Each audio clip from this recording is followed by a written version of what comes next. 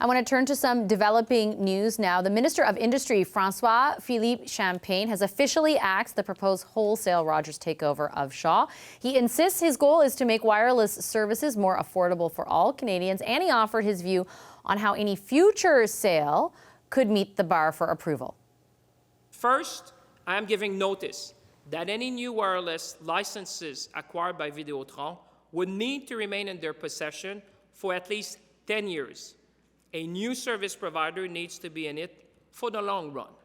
Second, I would expect to see prices for wireless services in Ontario and Western Canada comparable to what Videotron is currently offering in Quebec, which are today, on average, 20% lower than in the rest of Canada.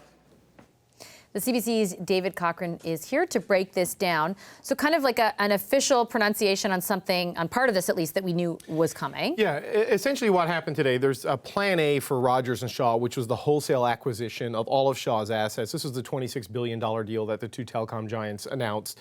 Minister Champagne had said the spectrum part of that, the cell phone transfer, that was never going to fly. So they came up with this Plan B, where they'd spin off Freedom Mobile, which is owned by Shaw. It offers cell services in Ontario, Alberta, and British Columbia, to Quebec's Videotron to try to deal with some of the competition concerns. So essentially today is Plan A is officially dead, even though we all kind of knew it was dead, and he laid out the conditions for Plan B, and that has to do with the spectrum components, that if Videotron wants to acquire Freedom Mobile, and if Rogers and Shaw want to spin off Freedom Mobile to Videotron, they have to agree, as he just said in that clip, agree to keep these licenses for 10 years, so you're in it for the long haul. You're not just trying to do an asset flip and make some quick cash. And you have to reduce prices in Ontario, BC, and Alberta by 20%.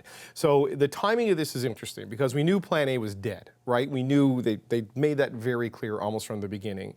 Plan B, laying out these conditions, there's going to be a mediation that's happening in front of the Competition Bureau to try to sort out some of the competitive concerns. So the minister is essentially saying to Rogers and Shaw and Videotron and everyone else who's part of this, that if you want this to go ahead, this is the bare minimum condition that needs to be met for me to say yes, because it all comes back to him at the end of the day. And I heard you kind of push him on that. Yeah. So does that mean if those conditions are met, the stamp of approval is granted? Any kind of hedge there?